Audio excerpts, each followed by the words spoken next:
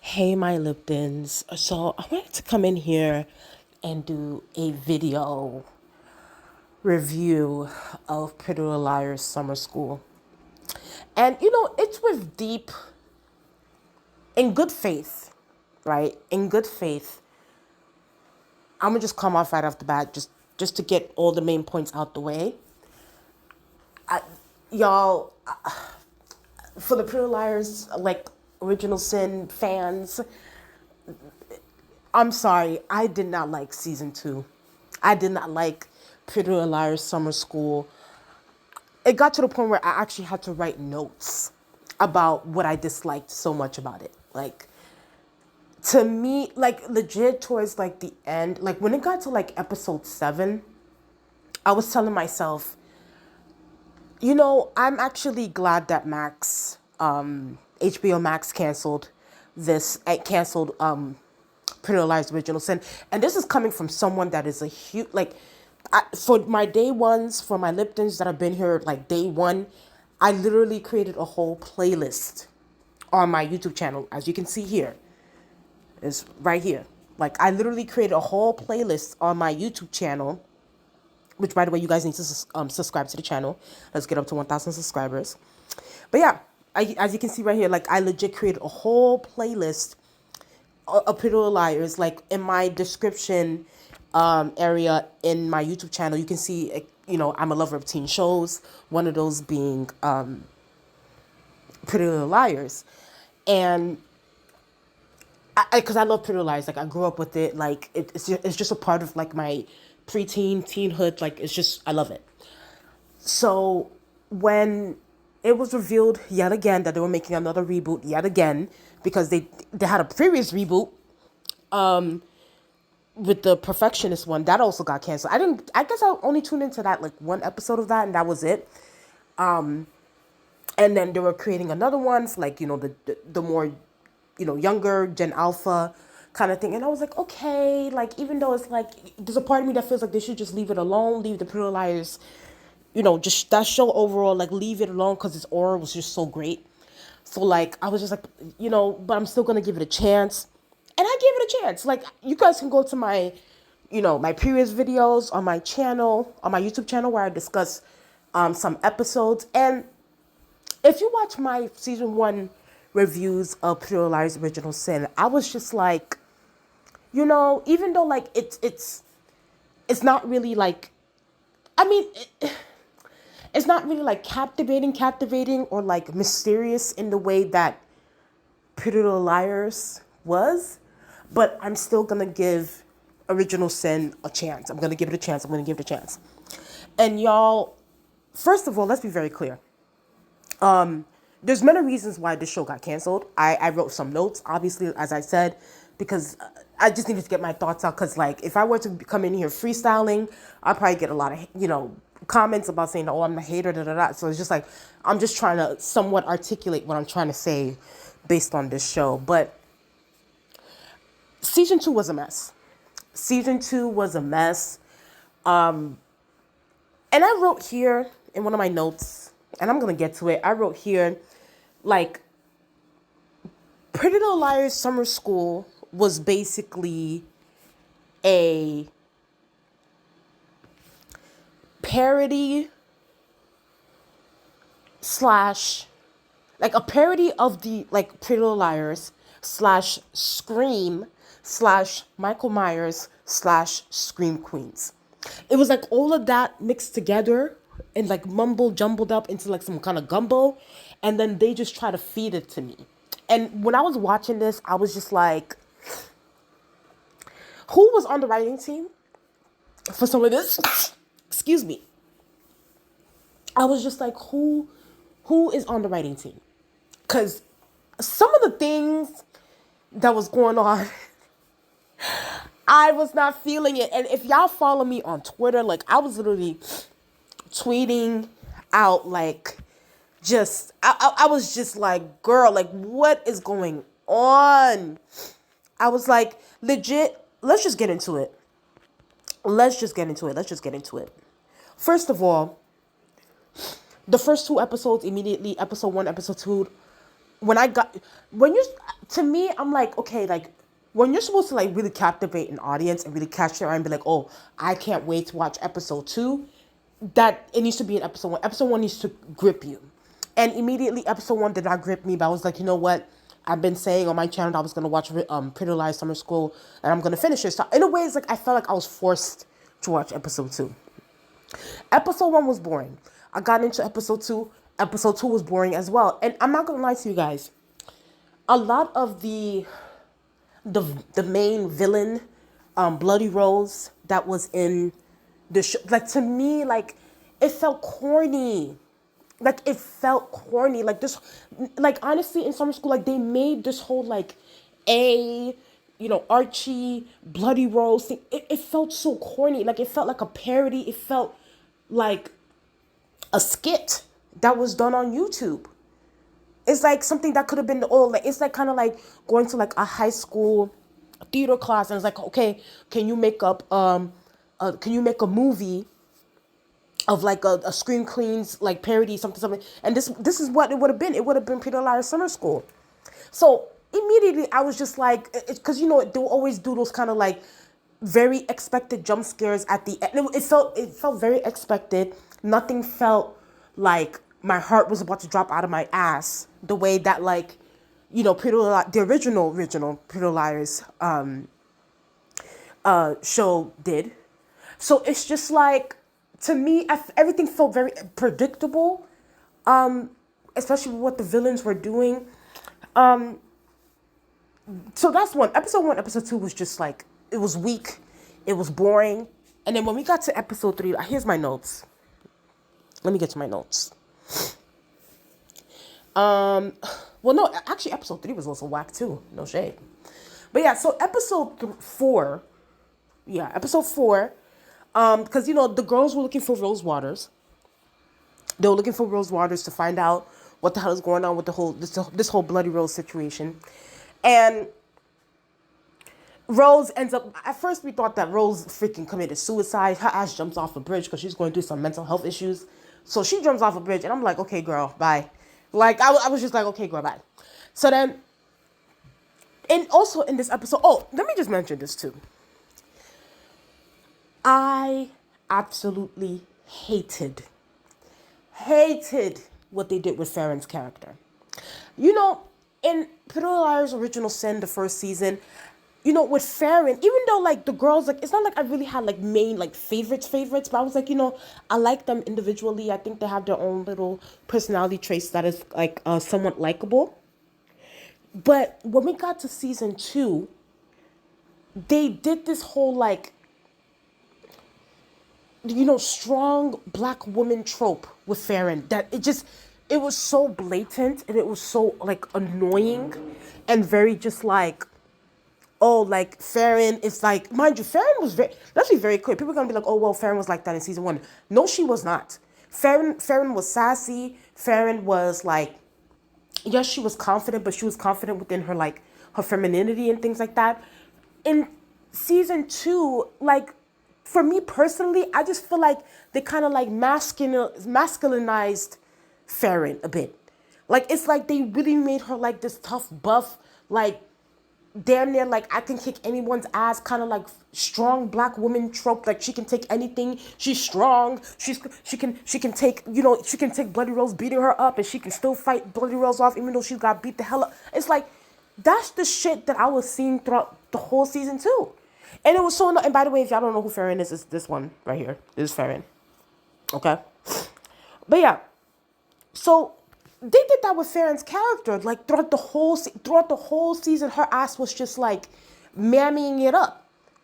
Being the strong black woman trope. And I'm like, girl, like what, like clearly someone on the writing team is like some white woman who believes that black women are always gonna come and save the day kind of thing. Because that's what Farron's character was like. Farron's character in season 2 was a Captain Save a Hoe. That's it. That's all. So that really annoyed me throughout this. So you're going to be hearing this throughout this whole review. I hated what they did to Farron's character. She was tussling around with Bloody Rose. Like, mind you, and on top of that, they made, Farron had to carry this huge metal shit on her body And then somehow, some way, she found some superhuman strength to fight off Bloody Rose at the same time and try and run away. Like, clearly, there is some, like, I don't know, some white liberal kind of chick there that feels like black women is just going to say, oh, black women are just black, the backbones and everything, and they're going to save everybody and everything. So that, to me, I hated what they did with Farron in this whole season. And I'm going to get, ugh. So that happened in episode 4. In episode 5, Noah cheats on Sean with Jen. Yeah, that, let me also say this too. Let me get this over.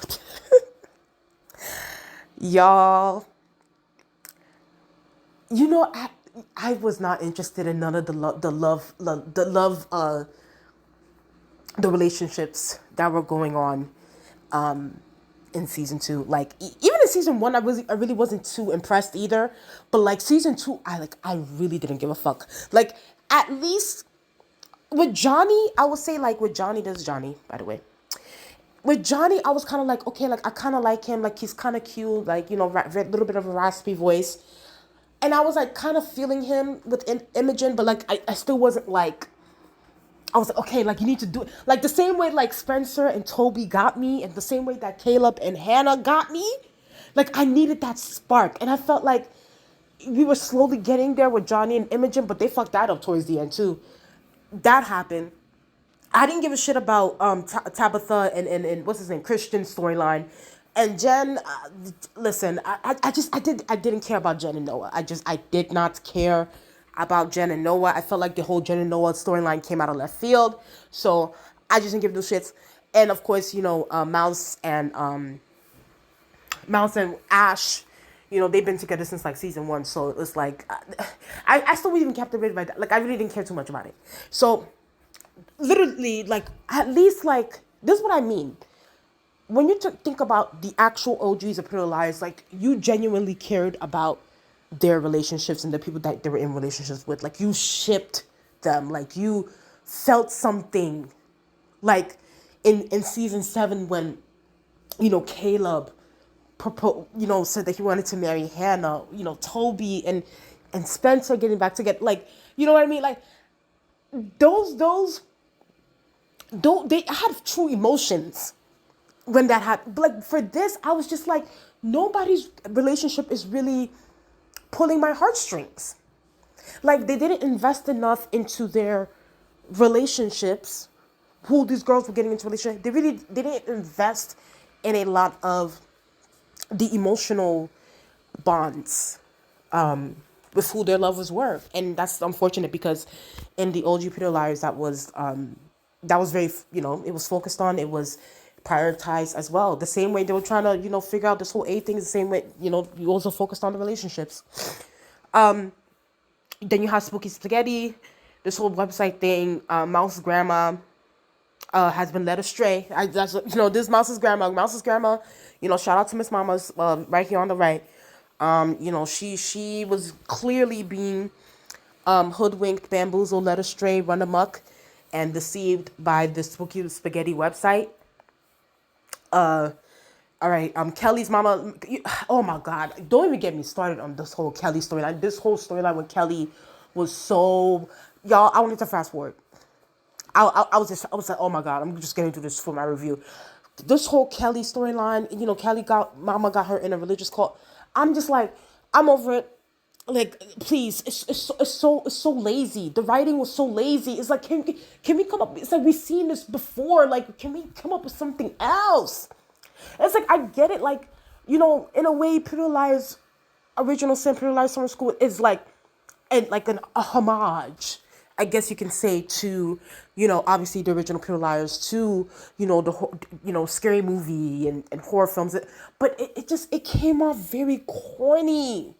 It's just like, it was so lazy at times with this. It's like, oh yeah, Kelly's in a religious cult. You know, her mom got her in a religious cult. Okay, like, it's like, we've seen this storyline so many times. Can we see something else?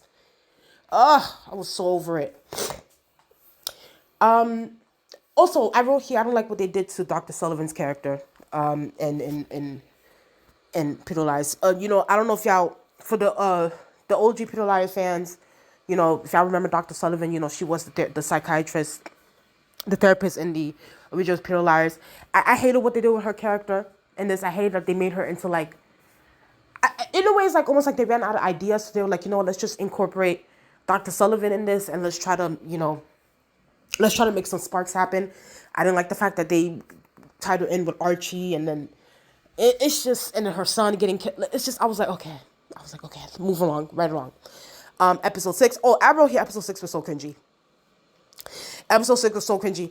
And I wrote here Kelly's a weirdo because Kelly rented the house and then they did this whole religious thing. Like, it was so weird.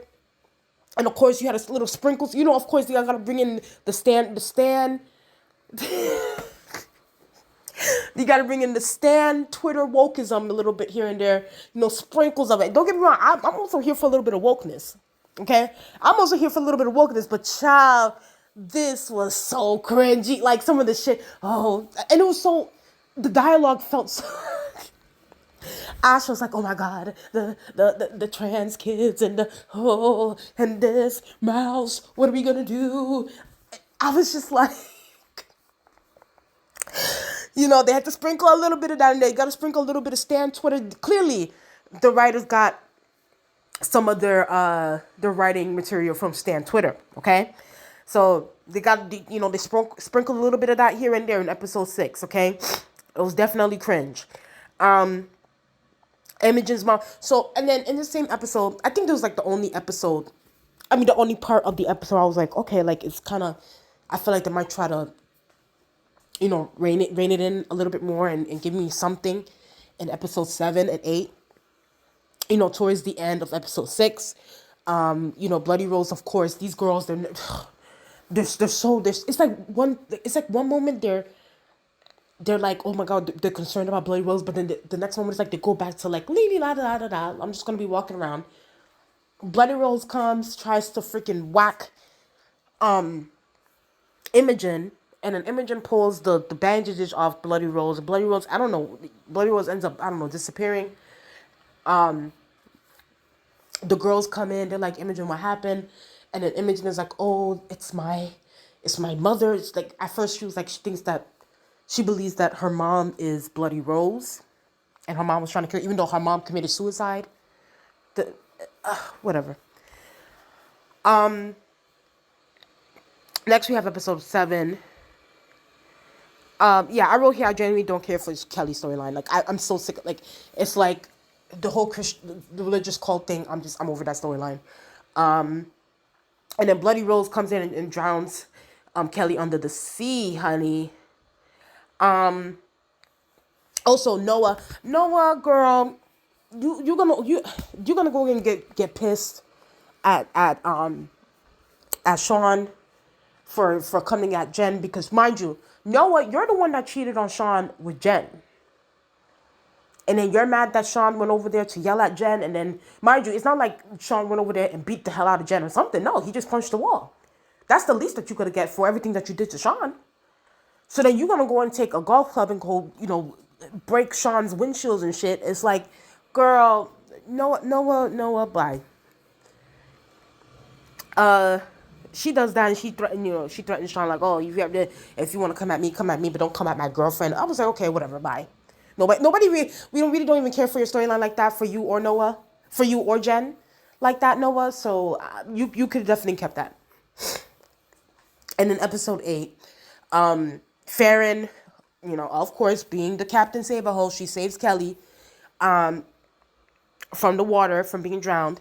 Rose Waters, going back to episode 4, when I thought that Rose Waters committed suicide, turns out she's alive.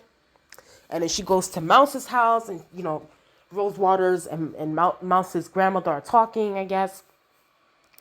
And then this is where I talked about the only scene where I was shook. Like, I was like, girl, Imogen waxed she took that motherfucking, that was like the only scene in like episode 8 where I was like, oh my God, Imogen, what are you doing?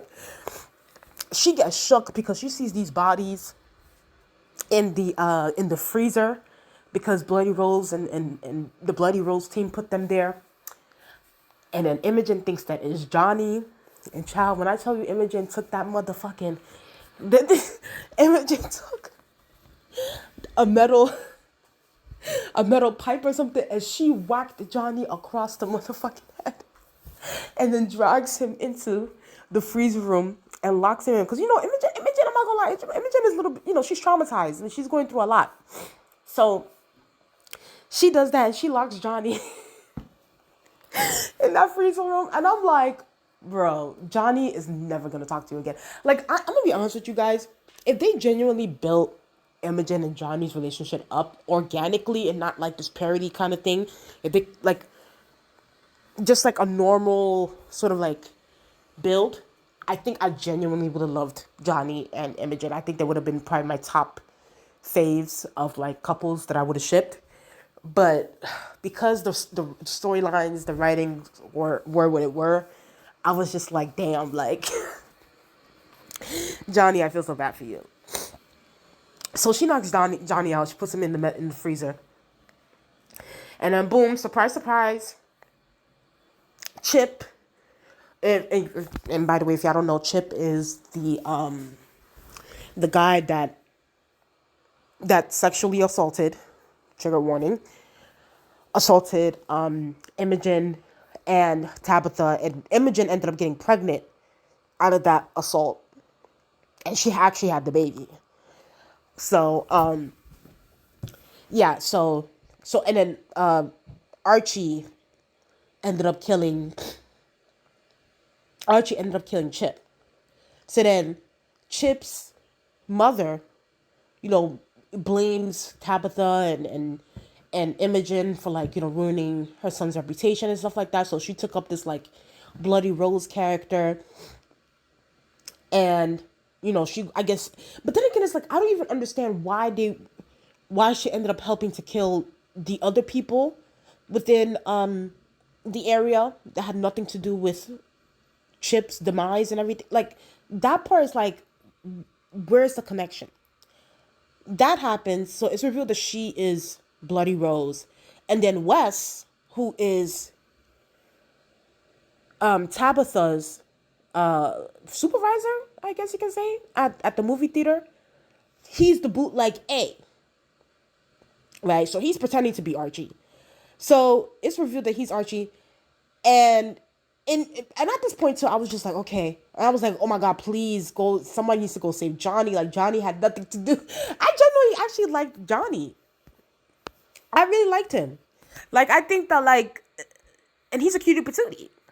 You know what I mean? So I was just like, y'all need to go save Johnny out that freezer while y'all Imogen, you literally thought that Johnny was the one that Johnny was over here trying to kill you, girl. Like, and you locked him in the freezer.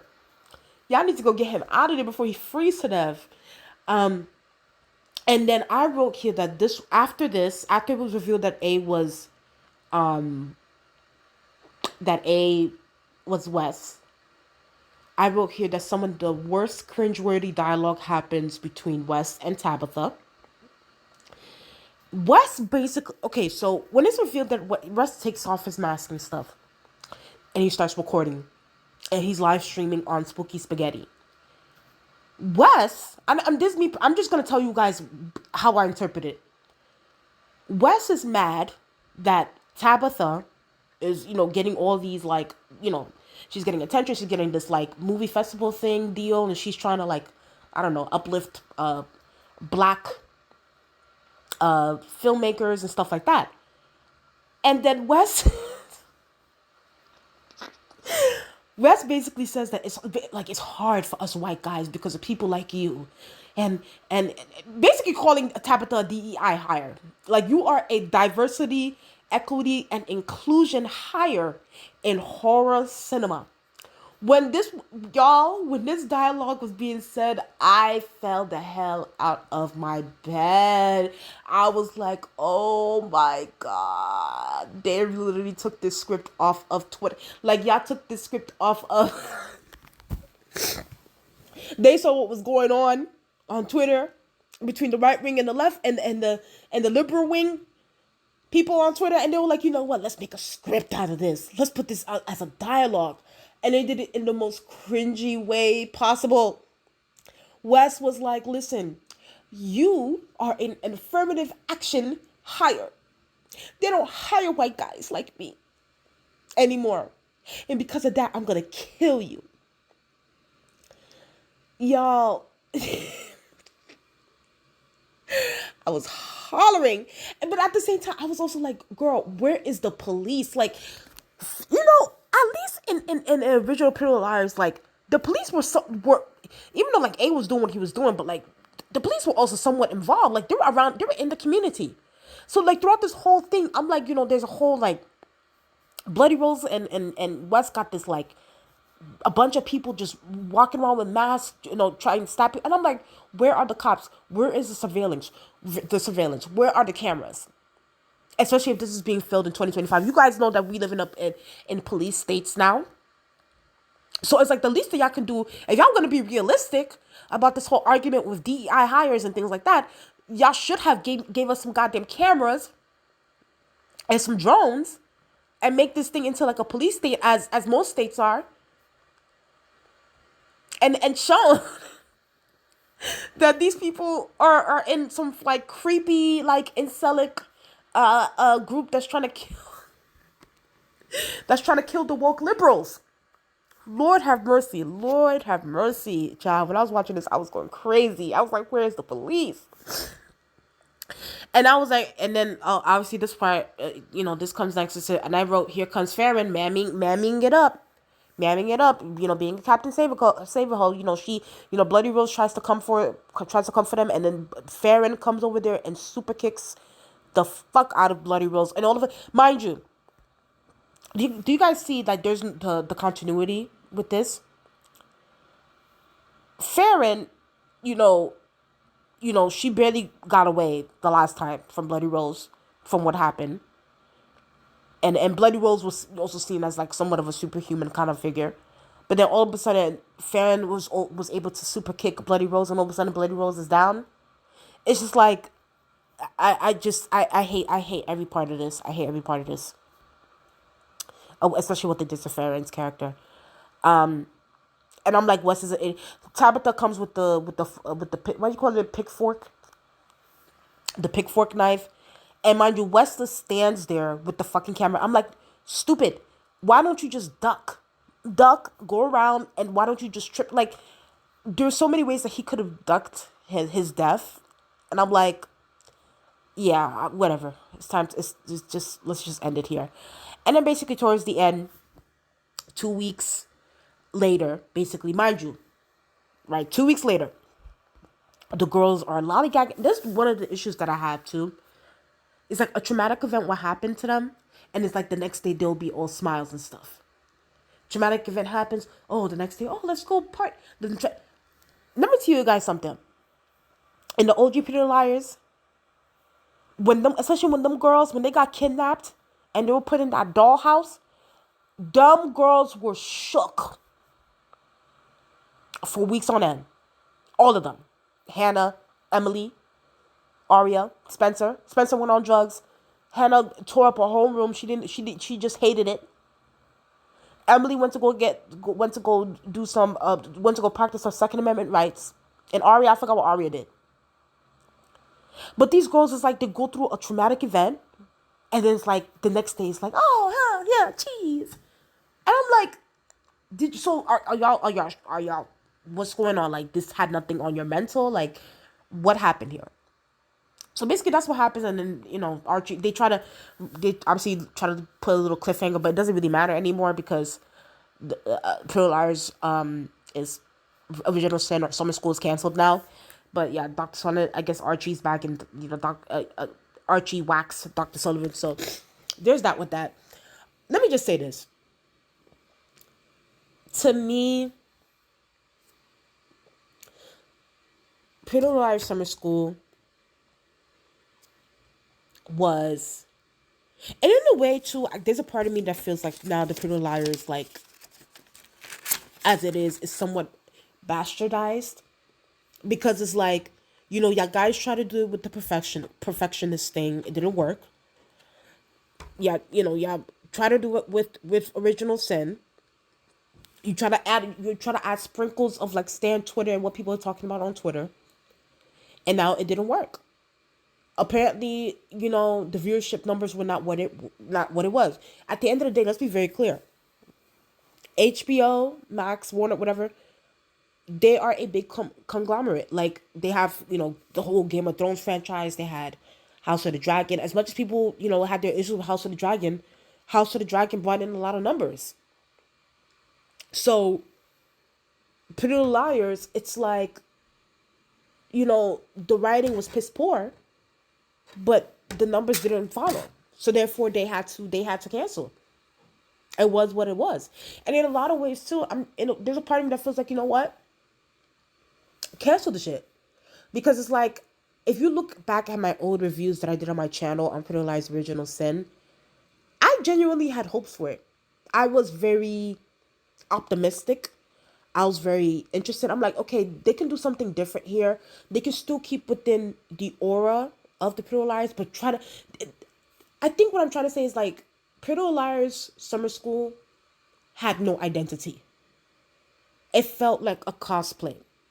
This felt very cosplayish. It felt like, okay, like, let's just, use all these, like, historical pop culture, film events that happen, TV shows. Let's incorporate it in our show, and let's just sell it to the consumers. And it's just like, you can do that. Like, don't get me wrong. Like, if you really think about it, look at Stranger Things.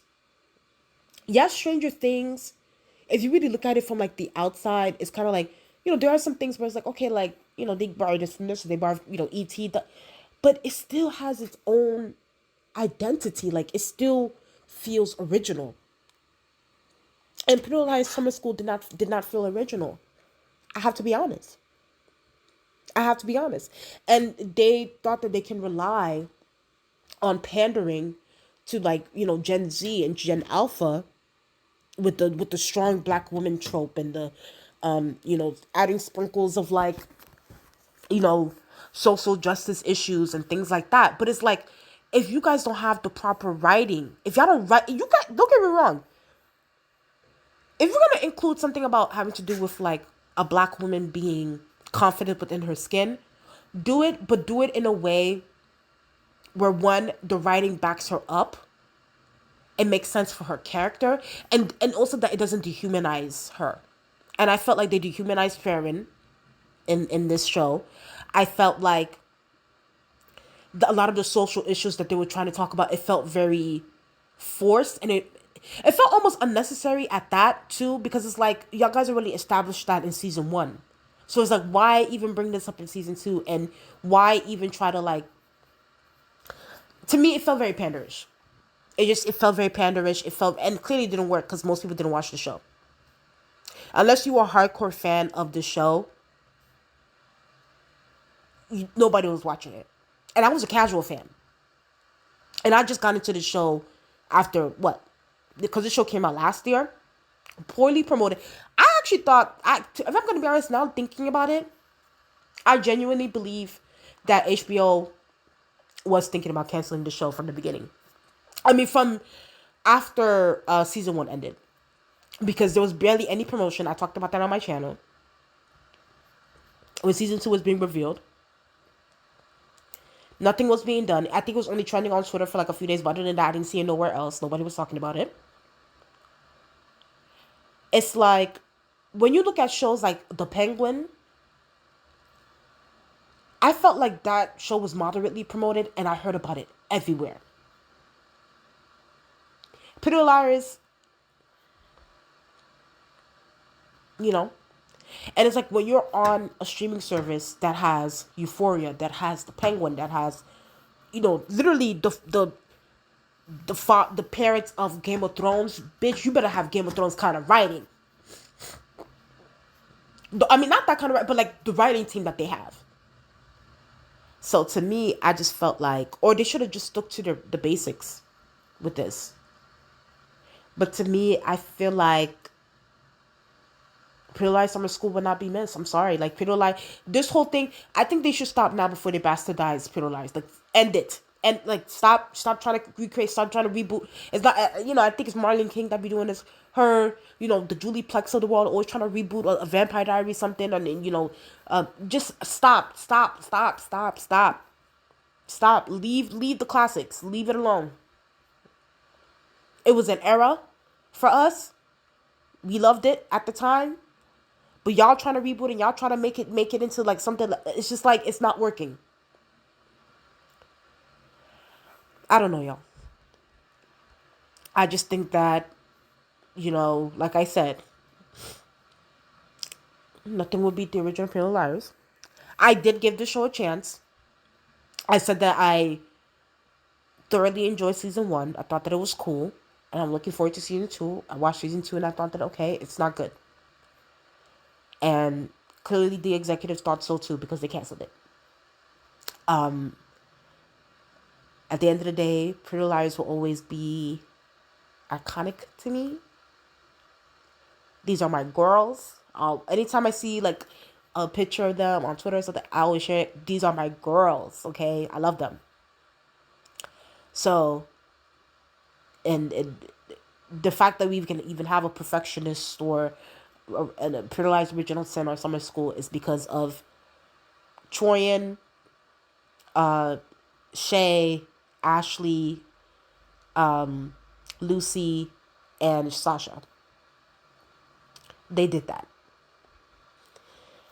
Anyway, y'all guys can tell me what you guys think in the comment section below. Please like, comment, and subscribe to the channel. Let's get up to 1,000 subscribers. The goal is to get up to 1,000 subscribers.